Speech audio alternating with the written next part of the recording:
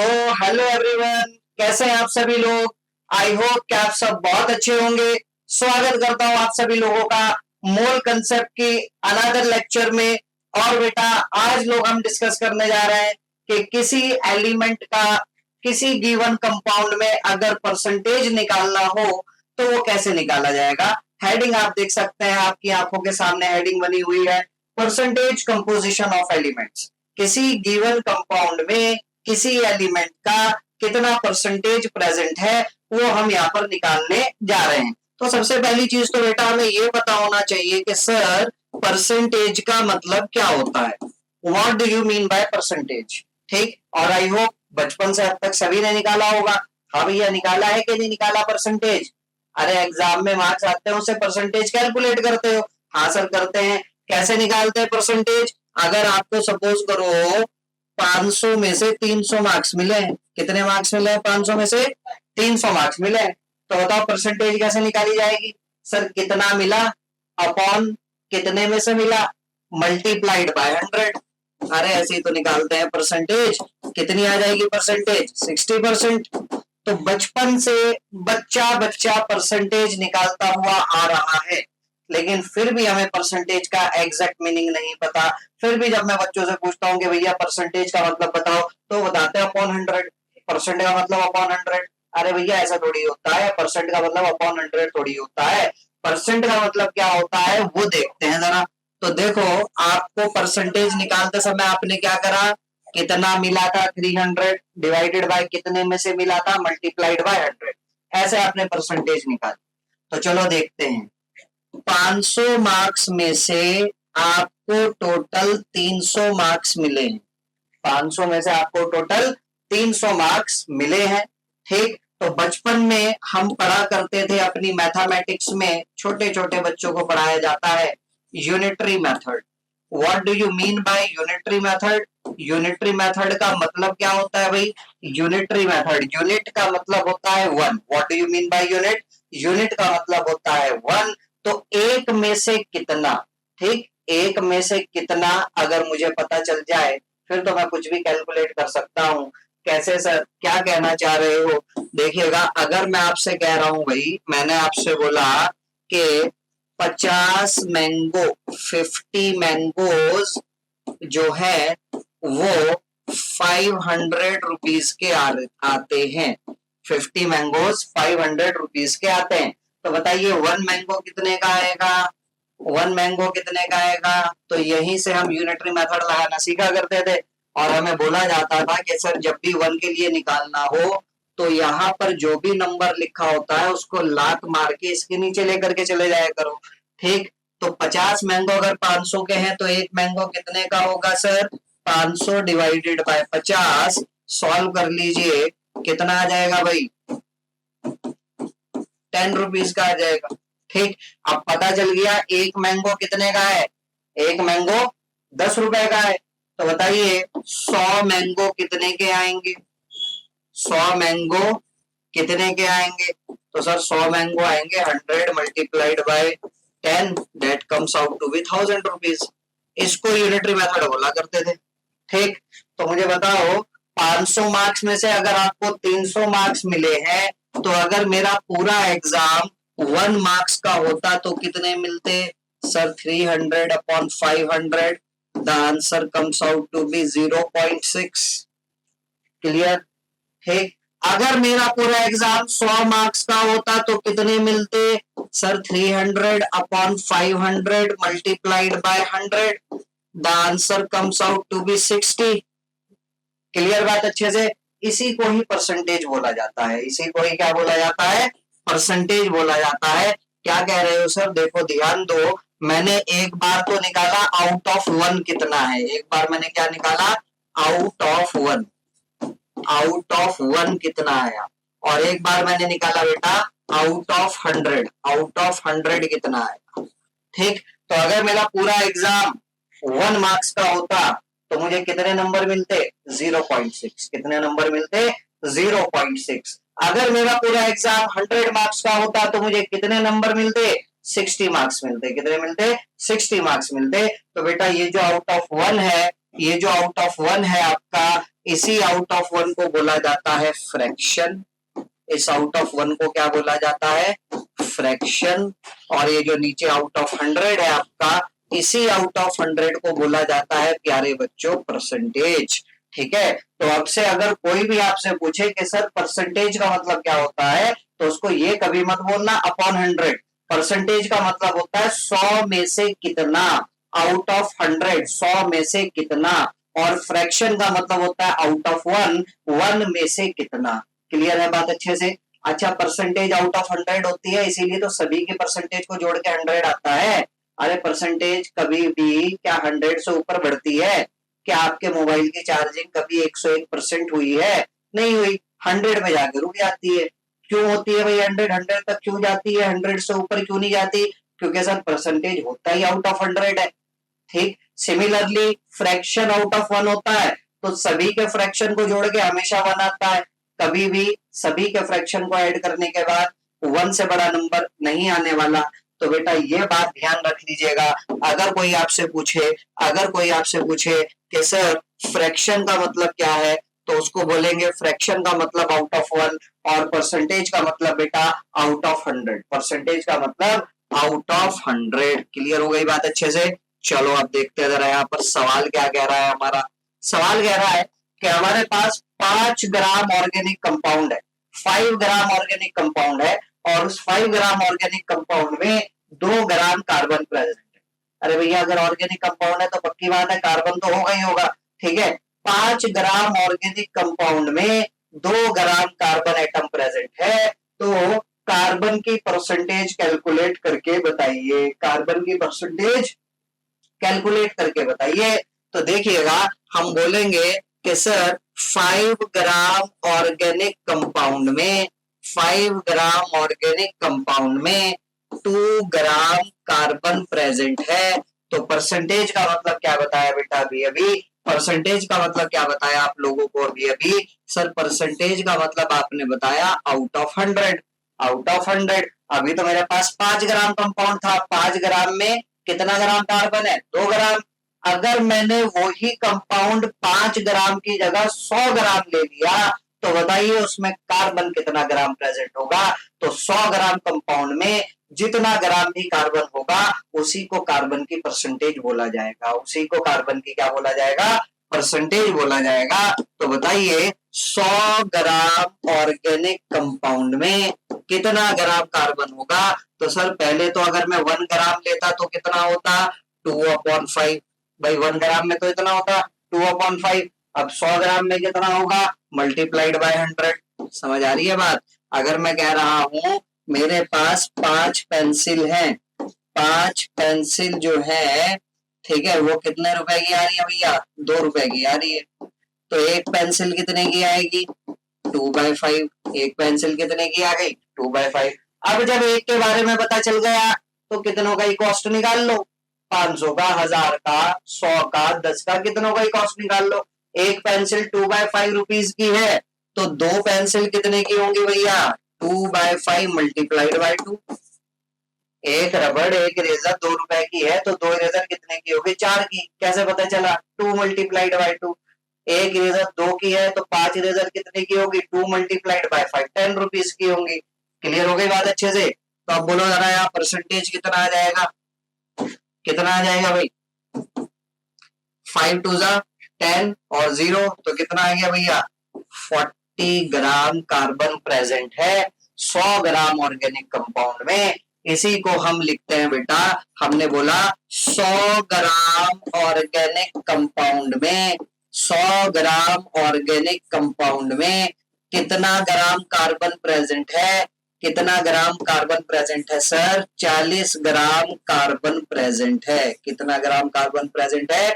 40 gram carbon present है। तो इसी को बोला जाता है बेटा परसेंटेज बाय मास, और इसको लिखा जाता है 40% W बाय W। क्या लिखा जाता है? 40% W by W। W by W का मतलब क्या है? परसेंटेज बाय मास, कि कितना ग्राम पड़ा है 100 ग्राम में, कितना ग्राम पड़ा है 100 ग्राम कंपाउंड में। तो दोनों के वजन की बात हो रही है, दोनों के ग्राम ग्राम की बात हो रही है, तो इसीलिए इसको बोला जाता है परसेंटेज बाय मास। आप यहाँ पर देखिए परसेंटेज को कैसे डिफाइन करते हैं, it is defined as mass of an element present in 100 gram of the compound. ठीक, और इस सवाल के मुताबिक 40% carbon is present in 100 gram of compound, या मैं और अच्छे से बोलूं 40 gram carbon is present in 100 gram of the compound and this is known as percentage by mass. इसी को ही बेटा बोला जाता है परसेंटेज बाय मास, जिसको हम रिप्रेजेंट करते हैं by writing percent W by W. तो आई होप यहां तक बात क्लियर हुई होगी। तो आप सर फॉर्मूले की अगर बात करें तो फॉर्मूला बताओ भाई परसेंटेज का कैसे निकालोगे। फॉर्मूला परसेंटेज का क्या होगा, इस पर ध्यान दो। ठीक, ऊपर न्यूमरेटर में क्या आया, ऊपर न्यूमरेटर में क्या आया, कितना ग्राम एलिमेंट प्रेजेंट है। नीचे डिनोमिनेटर में क्या आया, पूरे कंपाउंड का मास कितना है, मल्टीप्लाइड बाय 100, मल्टीप्लाइड बाय 100। ठीक, जिस एलिमेंट की परसेंटेज निकालनी है उसका मास कितना है वो न्यूमरेटर में आएगा, नीचे डिनोमिनेटर में क्या आएगा, पूरे कंपाउंड का मास मल्टीप्लाइड बाय 100। और हम बैठ के वहां फॉर्मूला रटते हैं। अरे फॉर्मूला रटने की जरूरत थोड़ी है, फॉर्मूला तो यूनिटरी मेथड से ही डिराइव करा है मैंने। तो एक बार कंसेप्ट समझ लो, उसके बाद रटने जैसा कुछ भी नहीं रहने वाला। आई होप मेरी ये बात क्लियर हो रही होगी आप लोगों को। ठीक, यूनिटरी मेथड से ही तो निकाला फॉर्मूला। फिर भी चलो सर, अगर आप कह रहे हो नहीं सर फॉर्मूला बता दो तो फॉर्मूला देख लो। फॉर्मूला क्या होगा देखो जरा आगे, ये आ चुका है फॉर्मूला हमारे सामने। मास परसेंट ऑफ एन एलिमेंट, जिस भी एलिमेंट का मास परसेंट निकालना है आप लोगों को, ठीक, उस एलिमेंट का मास ऊपर आएगा न्यूमरेटर में, mass of that element in the compound. नीचे डिनोमिनेटर में या तो कंपाउंड का मास आएगा, जैसा अभी दिया हुआ था 5 ग्राम ऑर्गेनिक कंपाउंड, या फिर कभी कभी क्या करेगा, कभी कभी क्या करेगा, वो आपको कंपाउंड का नाम बता देगा, जैसे CaCO3 बता दिया, कैल्शियम कार्बोनेट, और आपसे बोलेगा कि कैल्शियम कार्बोनेट में जो डिफरेंट डिफरेंट एलिमेंट्स प्रेजेंट है उन सभी एलिमेंट्स की परसेंटेज कैलकुलेट करके बताओ, परसेंटेज निकाल करके बताओ। अब क्या करें सर, वजन तो बताया नहीं कैल्शियम कार्बोनेट का कितना है, तो नीचे डिनोमिनेटर में मास ऑफ कंपाउंड की जगह क्या डाले, तो बेटा उसमें कुछ नहीं करना, आपको केवल और केवल क्या करना है, आपको कैल्शियम कार्बोनेट का मोलार मास कैलकुलेट करना है। क्या कैलकुलेट करना है, मोलार मास कैलकुलेट करना है। और कैल्शियम कार्बोनेट का मोलार मास 100 निकल करके आता है, कैल्शियम का 40 प्लस कार्बन का 12 प्लस ऑक्सीजन का 16 मल्टीप्लाइड बाय 3 मतलब 48। ठीक, तो कितना आ जाएगा sir, 40 plus 12 that comes out to be कितना, 52 और plus 48 that comes out to be 100। तो मोलार मास आ चुका है हमारे पास कैल्शियम कार्बोनेट का। तो ऐसे केस में क्या करेंगे, अगर मुझे कैल्शियम की परसेंटेज निकालनी है तो ऊपर कैल्शियम का मास, सर ये कैल्शियम का मास 40 कैसे आया, उसने तो क्वेश्चन में कैल्शियम का मास दिया ही नहीं था।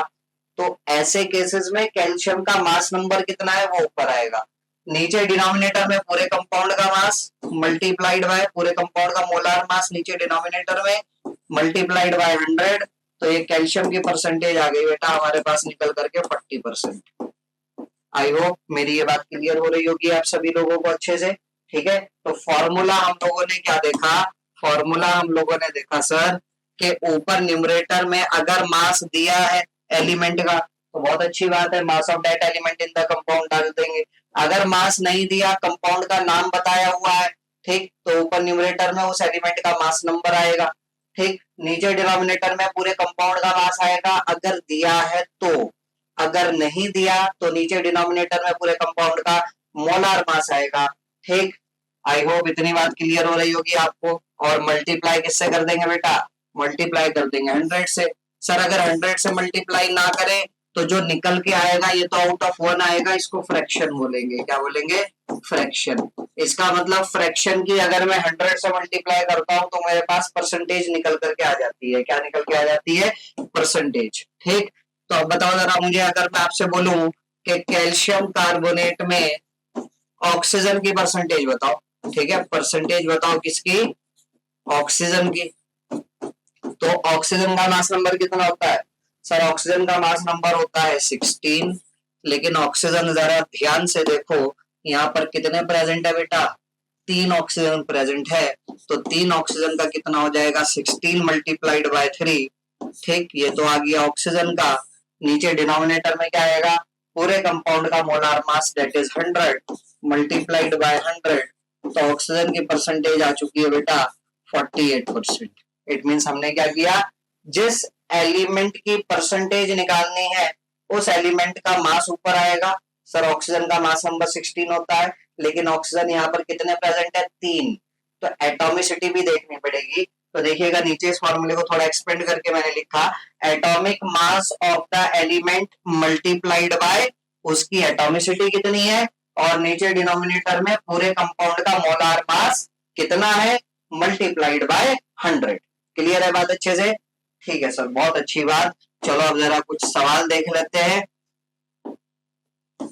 देखिएगा सबसे पहला वो आपसे कह रहा है, एक एग्जाम्पल के तौर पर हमने लिया भैया क्या, CO2। क्या लिया हमने एक एग्जाम्पल के तौर पर, CO2 कार्बन डाइऑक्साइड। तो कार्बन डाइऑक्साइड में वो आपसे कह रहा है कार्बन की परसेंटेज निकाल के बताओ।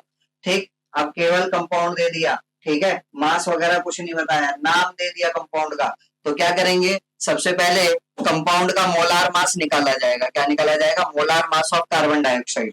कार्बन का 12 प्लस ऑक्सीजन का 16 मल्टीप्लाइड बाय 2, क्योंकि ऑक्सीजन कितने प्रेजेंट है यहाँ पर सर 2 प्रेजेंट है। ऐड कर लीजिए, कार्बन डाइऑक्साइड का मोलार मास 44 निकल करके आ चुका है।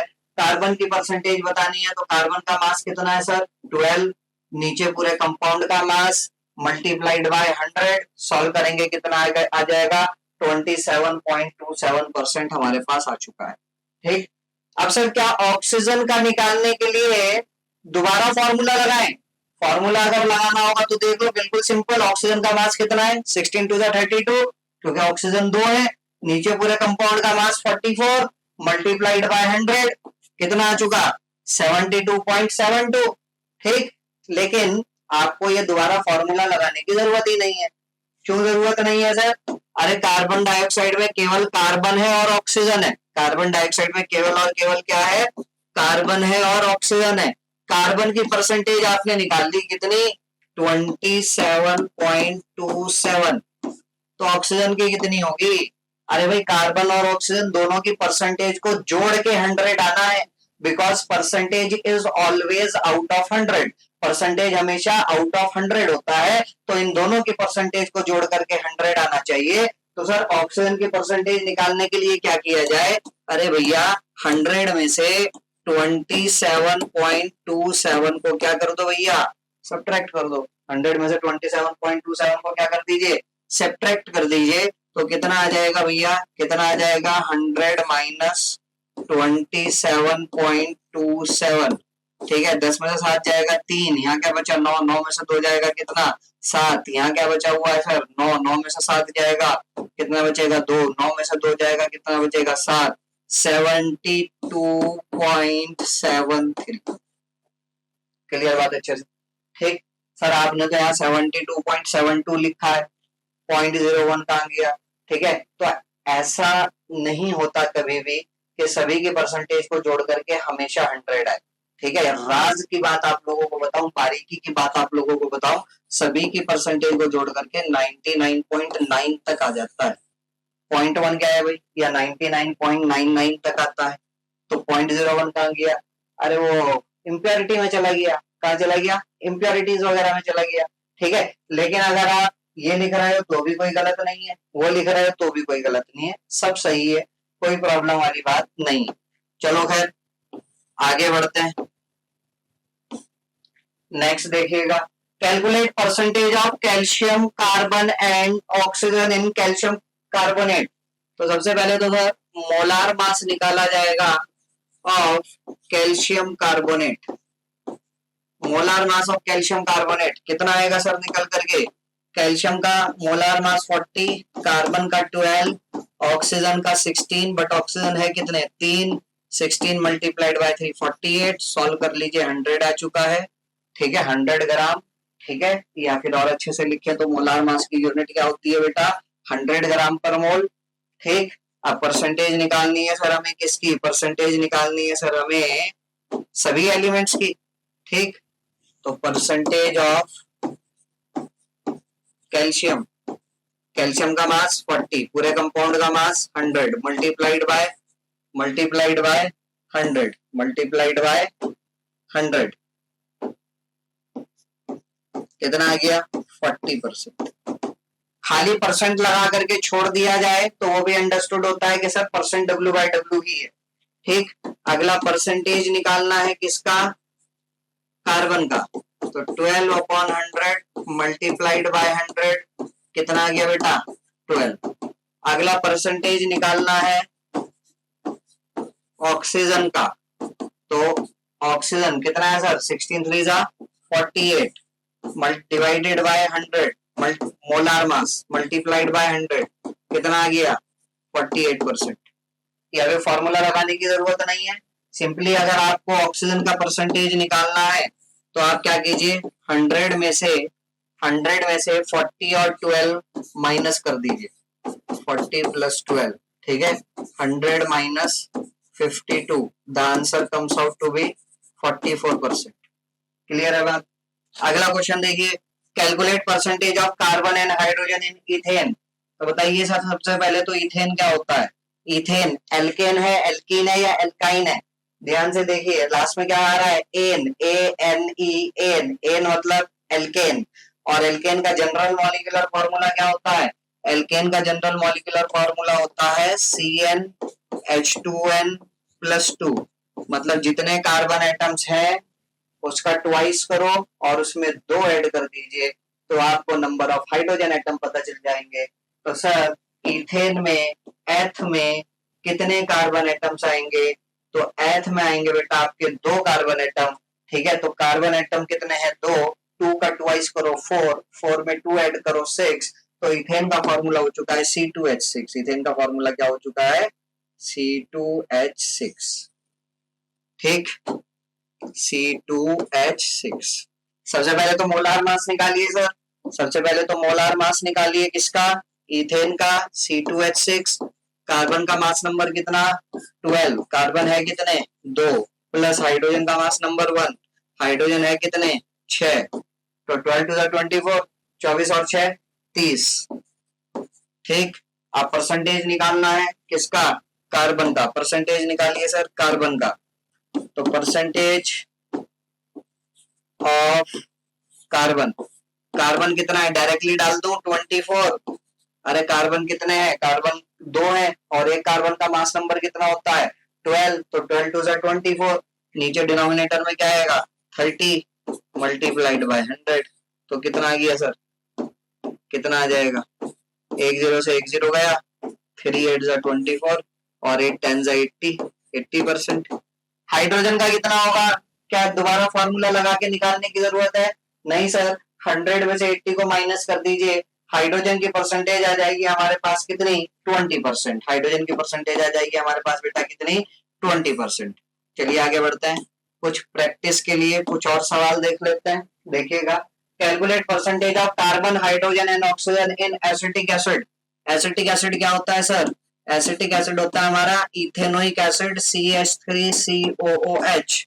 ठीक, 2 मिनट का टाइम देता हूं, जल्दी जल्दी सॉल्व कीजिए, आंसर निकाल करके बताइए।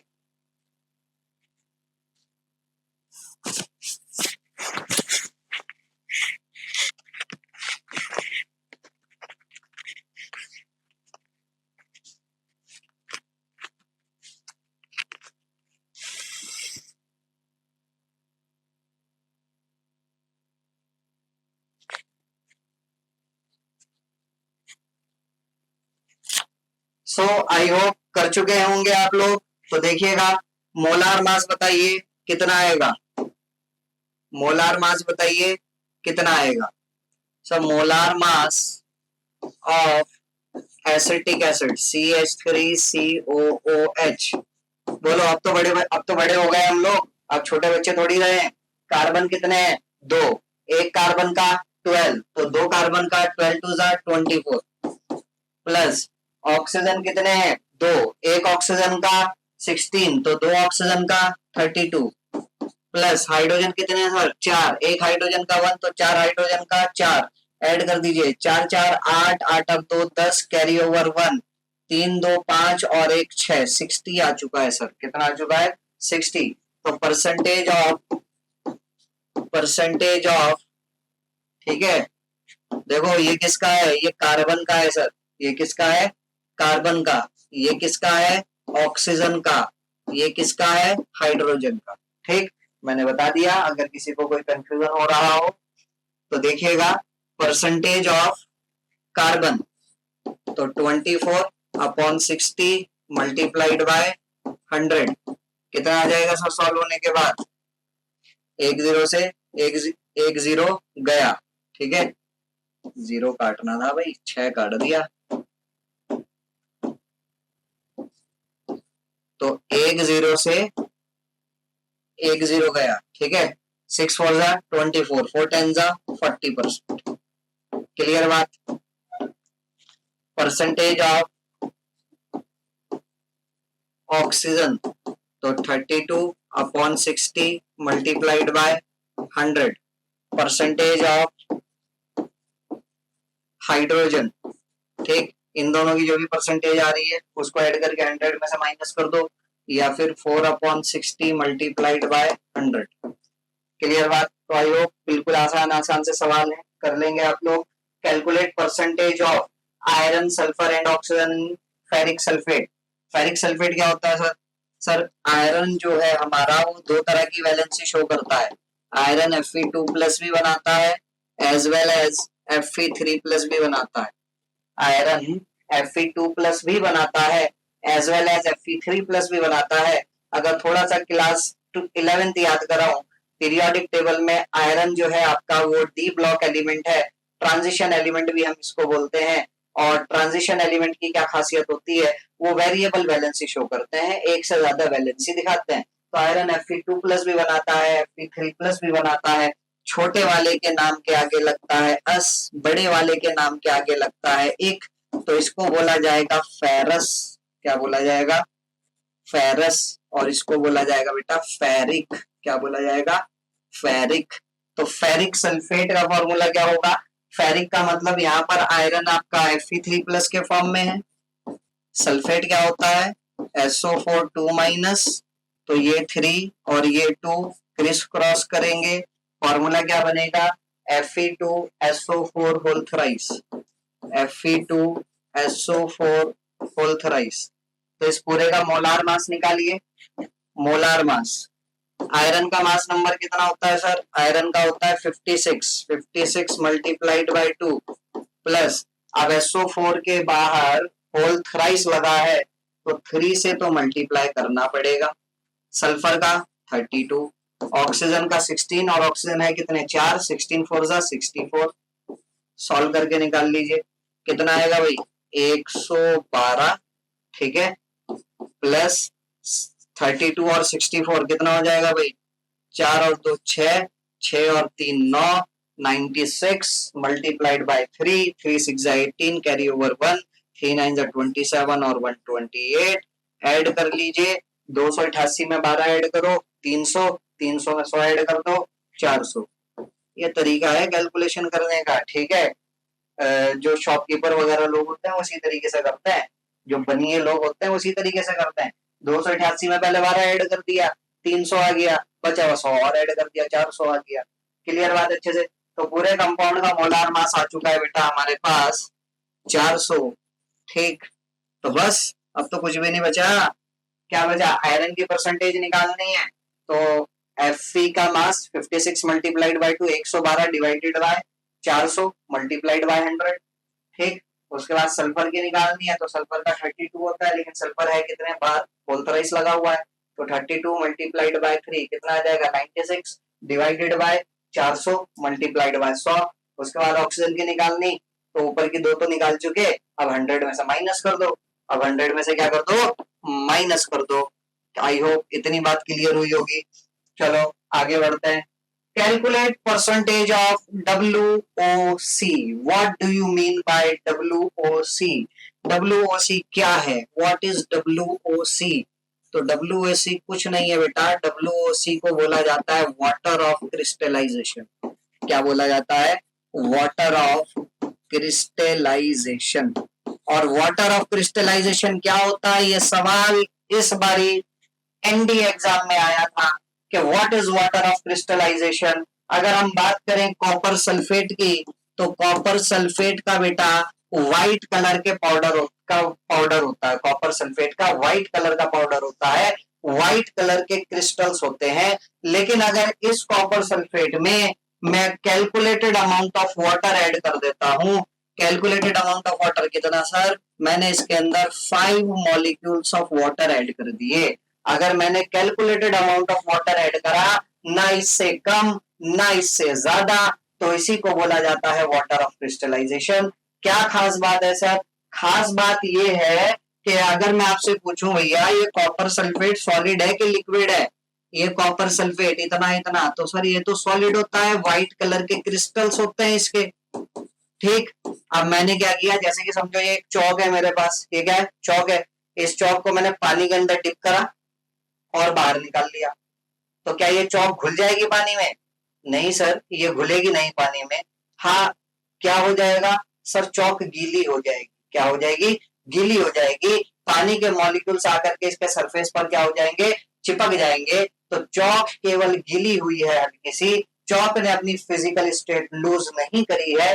हाँ, अगर मैं इसको पानी के अंदर डाल करके रखता, तब ये पानी के अंदर घुल जाती और ये अपनी फिजिकल स्टेट सॉलिड लूज करके लिक्विड में कन्वर्ट हो जाती। बट मैंने सिर्फ इसको डाला पानी में और बाहर निकाला, ठीक है, तो कुछ मॉलिक्यूल्स चौक के सरफेस के ऊपर चिपक गए, चौक की फिजिकल स्टेट अभी भी मेंटेन्ड है। तो यही काम यहाँ पर हो रहा है। कॉपर सल्फेट के व्हाइट कलर के क्रिस्टल्स होते हैं बहुत प्यारे से, और अगर आपने इसके अंदर कैलकुलेटेड अमाउंट ऑफ वाटर डाल दिया, 5 मॉलिक्यूल्स ऑफ वाटर डाल दिया, तो क्या होगा सर, तो अभी भी ये सॉलिड ही रहेगा, अभी भी ये क्या रहेगा, सॉलिड ही रहेगा। बट अब इसका कलर कैसा हो जाएगा, ब्लू कलर हो जाएगा। ब्लू कलर के बहुत ही प्यारे से क्रिस्टल्स होते हैं कॉपर सल्फेट पेंटाहाइड्रेट के। पेंटाहाइड्रेट बोलते हैं इसको because there are 5 molecules of water of crystallisation. I hope इतनी बात क्लियर हो रही होगी आप सभी लोगों को। तो एनडीए में क्या सवाल था, एनडीए में एक ऑप्शन था कि बताइए which of the following statement is incorrect, और उसमें एक ऑप्शन लिखा हुआ था कि water of crystallisation is calculated amount of water molecules present in the given compound. तो ये ऑप्शन तो सही बात थी, सही चीज लिखी हुई थी। उसने तो सवाल में नॉट करेक्ट हमसे पूछा था, तो नॉट करेक्ट हम लोगों को बताना था। तो वाटर ऑफ क्रिस्टलाइजेशन हमें पता होना चाहिए। Calculated amount of water molecules होते हैं, जैसे कि एक होता है हमारे पास फेरस सल्फेट हेप्टाहाइड्रेट FeSO4, ठीक है, किस कलर का होता है उसी कलर से लिख देता हूँ, पहचान जाओगे आप। किस कलर का होता है सर, ये ग्रीन कलर का होता है, फेरस सल्फेट हेप्टाहाइड्रेट। और पीछे अगर मोल कंसेप्ट की सीरीज आप लोगों ने देखी हो, वहां पर काफी सारे कंपाउंड्स बताए थे मैंने वाटर ऑफ क्रिस्टलाइजेशन के। तो ये जो 7H2O है, इसी 7H2O को और ऊपर इसी 5H2O को, 5H2O as well as 7H2O, इन्हीं को बोला जाता है वाटर ऑफ क्रिस्टलाइजेशन, या फिर आप इनको वाटर ऑफ हाइड्रेशन भी बोल सकते हैं। आप इनको वाटर ऑफ हाइड्रेशन भी बोल सकते हैं। ठीक, तो अब वो आपसे पूछ रहा है कि फेरस सल्फेट हेप्टाहाइड्रेट में वाटर ऑफ क्रिस्टलाइजेशन की परसेंटेज बता दो कितनी है।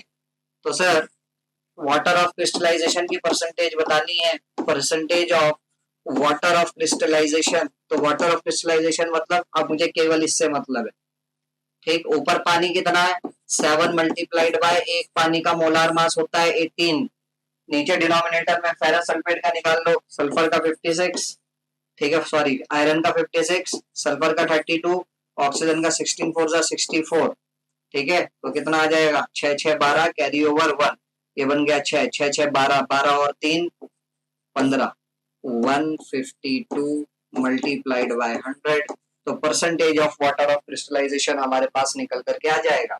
क्लियर बात अच्छे से। सिमिलरली यहाँ जाओ नीचे, यहाँ पर percentage of water of crystallisation निकालना है, तो 10 molecules of water of crystallisation है, तो 10 मल्टीप्लाइड बाय 18 ग्लोबल सॉल्ट बोलते हैं इसको। क्या बोलते हैं? Global salt. Sodium sulphate decahydrate known as global salt. 10 multiplied by 18, नीचे डिनोमिनेटर में क्या आएगा, सोडियम सल्फेट का निकाल लीजिए। सोडियम का मास नंबर 23 होता है, सोडियम है कितने बेटा 2, तो 23 मल्टीप्लाइड बाय 2 46, सल्फर का 32, ऑक्सीजन का 16 4 जा 64, तो 6 6 12 कैरी ओवर 1, 6 4 10 10 और 4 14, 142 मल्टीप्लाइड बाय 100 सॉल्व कर लीजिए, आपके पास percentage of water of crystallization निकल करके आ जाएगा ग्लोबल सॉल्ट में। तो आई होप इतनी बात आप सभी लोगों को अच्छे से क्लियर हुई होगी। बढ़ते हैं आगे। आगे क्या कह रहा है? बहुत बढ़िया सवाल, अच्छा सवाल, ठीक है, आपके कंसेप्ट चेक करने के लिए काफी जबरदस्त सवाल है। 20 ग्राम कोई मेटल है, ऑक्सीजन के साथ कंबाइन होकर के 40 ग्राम ऑक्साइड बना रहा है।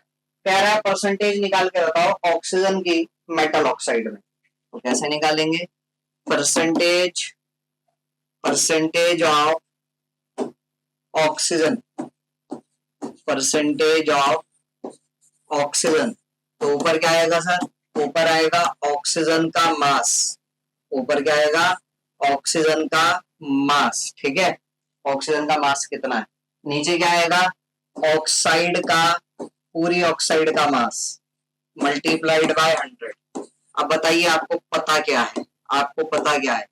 ठीक, 20 ग्राम कोई मेटल ऑक्सीजन के साथ कंबाइन करके 40 ग्राम उसकी ऑक्साइड बनाता है। तो सर हमें मास ऑफ ऑक्साइड तो पता है कितना है, 40 ग्राम, लेकिन मुझे मास ऑफ ऑक्सीजन नहीं पता। मास ऑफ ऑक्सीजन नहीं पता। मास ऑफ ऑक्सीजन पता चल जाए तो मेरा काम आसान हो जाए। तो बिल्कुल आसान सी बात है भाई, 20 ग्राम मेटल ऑक्सीजन के साथ कंबाइन कर रहा है, ठीक है। 20 ग्राम मेटल, मेटल का मास कितना है? मेटल ऑक्सीजन के साथ कंबाइन करा, उसका भी कुछ मास होगा। It will be equal to the mass of metal oxide, ठीक है। मेटल ऑक्साइड, अब मेटल की वैलेंसी क्या है? ठीक, मेटल ऑक्साइड बनाना है ना, मेटल सोडियम अगर ले लिया, सोडियम की ऑक्साइड बनाना है, सोडियम की वैलेंसी 1, ऑक्सीजन की 2, फॉर्मूला क्या बनेगा? Na2। मैग्नीशियम की ऑक्साइड बनाना है तो मैग्नीशियम और ऑक्सीजन, मैग्नीशियम की वैलेंसी 2, ऑक्सीजन की भी 2, Mg2O2, 2 से 2 कैंसिल आउट हो गया, MgO आ गया, ठीक। एल्यूमिनियम की बनानी है तो एल्यूमिनियम की वैलेंसी 3, ऑक्सीजन की 2, क्रिस क्रॉस करो, क्या आ जाएगा? Al2O3। लेकिन हमें यहाँ तो ये पता ही नहीं मेटल कौन सा है, हमें तो ये पता ही नहीं मेटल कौन सा है। तो भैया जब मेटल नहीं पता तो वैलेंसी भी नहीं पता, तो इन जनरल मान लेते हैं मेटल की वैलेंसी मान लेते हैं n है। कितनी है? मेटल की वैलेंसी स्मॉल n है, ऑक्सीजन की तो 2 हमें पता ही है। फॉर्मूला क्या बनेगा? M2ON, M2ON, ठीक। मेटल ऑक्साइड का मास पता है, मेटल का भी मास पता है, ऑक्सीजन का मास कितना आ जाएगा? It will be equals to mass of metal oxide minus mass of metal. Metal oxide का मास 40, मेटल का मास 20, कितना आ जाएगा बेटा? 20 ग्राम। बस जो चाहिए था वो पता चल गया। अब सॉल्व कर लो, आंसर निकाल लो। अरे आ रहा है कि नहीं आ रहा है? तोते तो नहीं उड़ रहे। मास ऑफ ऑक्सीजन कितना है सर? निकाल तो लिया, 20 अपॉन मास ऑफ ऑक्साइड कितना है? 40 मल्टीप्लाइड बाय 100, तो कितना आएगा? 50% आ चुका सर। कितना आ चुका? 50% आ चुका। तो आई होप इतनी बात आप सभी लोगों को अच्छे से क्लियर हुई होगी। परसेंटेज कंपोजिशन हम लोगों ने आज यहाँ पर निकालना सीखा कि परसेंटेज कंपोजिशन कैसे निकाला जाता है। फॉर्मूला दिया हुआ है और परसेंटेज निकलवा रहा है, फॉर्मूला दिया हुआ है और परसेंटेज निकलवा रहा है। तो परसेंटेज कंपोजिशन, ठीक, अगर उल्टा कर दे, परसेंटेज दे दे, परसेंटेज दे दे, परसेंटेज दे दे और फॉर्मूला पूछे, फॉर्मूला निकलवाए, फॉर्मूला पूछे, तो उसके लिए फिर हमें पढ़ना पड़ता है इंपेरिकल फॉर्मूला, जो एक छोटा सा आइडिया हम लोग ले रहे होंगे। अगली क्लास में इंपेरिकल फॉर्मूला के बारे में थोड़ा सा देख रहे होंगे कि सर इंपेरिकल फॉर्मूला क्या होता है, किस तरीके से इंपेरिकल फॉर्मूला निकाला जाता है। उसके बाद अगली क्लास में हम देख रहे होंगे थोड़ा बहुत स्टोइशियोमेट्री के बारे में, और कल के लेक्चर में हमारा ये टॉपिक मोल कंसेप्ट फिनिश हो जाएगा। उसके बाद थोड़ा बहुत हम आइडिया लेंगे about solutions and different concentration terms related to solution. एक टॉपिक और है बेटा जो आपके सिलेबस में, दैट इज इक्विवेलेंट मास, उसको भी हम लोग डिस्कस कर रहे होंगे। तो मिलते हैं आप लोगों से बहुत जल्द अगली क्लास में। तब तक के लिए हंसते रहिए, मुस्कुराते रहिए, पढ़ते रहिए। बाय बाय, टेक केयर, जय हिंद।